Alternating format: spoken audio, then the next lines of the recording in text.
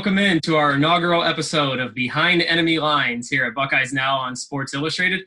I'm Adam Prescott, pleased to be joined today by Eric Rutter of WolverineDigest. Eric, we figured what better way than to start behind enemy lines and to delve into what's going on up there in Ann Arbor at Michigan. So they say someone on Ohio State side and someone on Michigan side, it's tough for them to get along, but I think we could probably manage for 5 minutes here. What do you think? Oh, I think you're right about that one. Well, like I said, thanks for giving us a few minutes of your time. The biggest news recently, at least on the football gridiron, was, you guys unfortunately missing out on offensive guard Rocco Spindler, close to campus, ended up going opting for Notre Dame. What was the reaction from that? Yeah, that's certainly a considerable loss for the Wolverines because Spindler was the team's top target on the O-line seemingly for the whole cycle.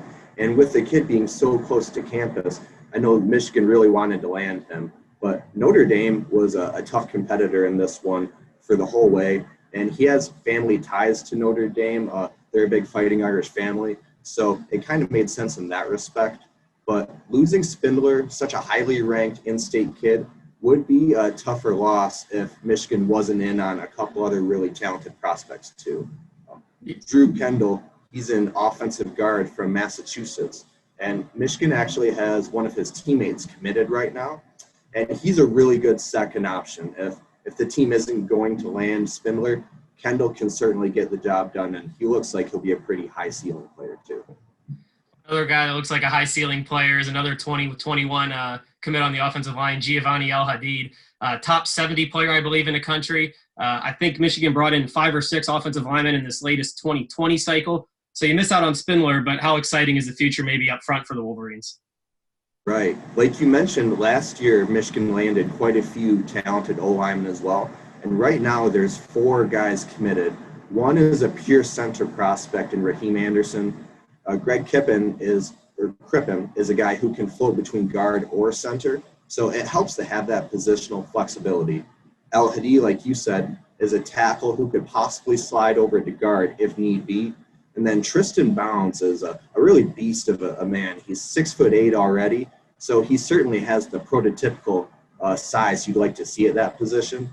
So on the O-line, Michigan is in a pretty good position going forward. And O-line coach Ed Warner has had quite a bit of success in developing talent. At this year's NFL draft, Michigan sent 4 O-linemen that were selected. And then Jalen Mayfield, who started last year, just announced that he'd be going to the 2021 NFL draft. So literally Michigan's entire offensive line from a year ago is going pro. Wow. Those guys, I know you have Dylan McCaffrey there and a couple other guys competing for the quarterback spot, but those guys are going to be blocking in the future, I would imagine, at some point for a guy named J.J. McCarthy, one of the top overall, not even quarterbacks, but players in the country that are committed to Michigan.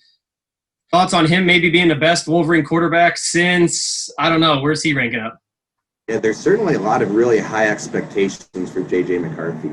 There's kind of a running joke here at Michigan that everyone's favorite player is the backup quarterback or the next guy in line, and McCarthy's kind of sporting that moniker right now. If you examine Jim Harbaugh's tenure at Michigan, there hasn't really been a guy who's commanded the offense, who's been a prolific, high-level guy. Shea Patterson had his moments, as did Wilton Spate. But the expectation is certainly for McCarthy to exceed how those 2 players panned out. And even going back further into the Brady Hoke regime, McCarthy is probably going to be the best quarterback Michigan's had for the greater part of the last decade. Yeah. 4 top 15 classes in the last 5 years for the Wolverines. What's kind of the reputation you think, that either Michigan tries to employ or that maybe others have of Michigan on the national recruiting front? Given that kind of success, you'd have to imagine that Michigan is in the upper echelon of schools given its ability to pull in such highly ranked classes on a consistent basis. And Jim Harbaugh does have a reputation for being successful on the recruiting trail, but it seems like the Wolverines are kind of a step below some of the elite top competition. Ohio State is certainly cleaning up on the recruiting trail this year. And programs like Alabama, LSU, and Clemson, you can pretty much pencil them into the top 5 no matter what. Yeah. Michigan is just a cut below that right now. And an inability to land some of those elite talents, the 5-star instant impact guys, is kind of holding Michigan back on the field. And we've seen the result of that in recent years.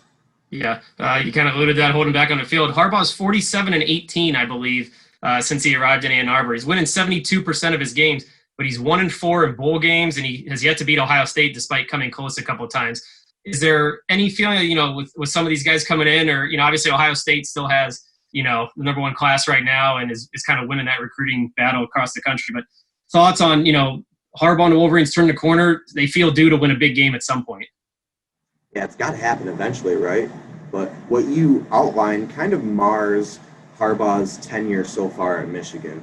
He's done very well at home, and his home record, it greatly outweighs what he's accomplished on the road. But there's a feeling that he can't win the big game, whether that's a bowl game or a road contest against a ranked opponent.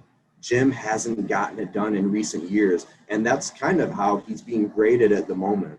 He's done well against Michigan State, and he's done well against Notre Dame too, but it all comes down to matchups against Ohio State, and then ultimately if he can make it into the college football playoffs. And neither of those things have happened yet. So that's kind of weighing down his success at this moment and the thoughts surrounding his time in Ann Arbor. Yeah, no, definitely. I agree. Eric, like I said, thanks so much for giving us a few minutes of your time here, helping us kick off this inaugural episode of Behind Enemy Lines. We'll be coming to you a couple times a month, hopefully weekly, if we can work it out, bringing you kind of some updates on what's going on in the recruiting cycles with all kinds of Big Ten schools and some national rivals of the Buckeyes. Eric, be well, man. I'm sure we'll be talking again soon as we hopefully at some point get college sports back here. Alrighty. Thanks a lot, Adam. I appreciate it.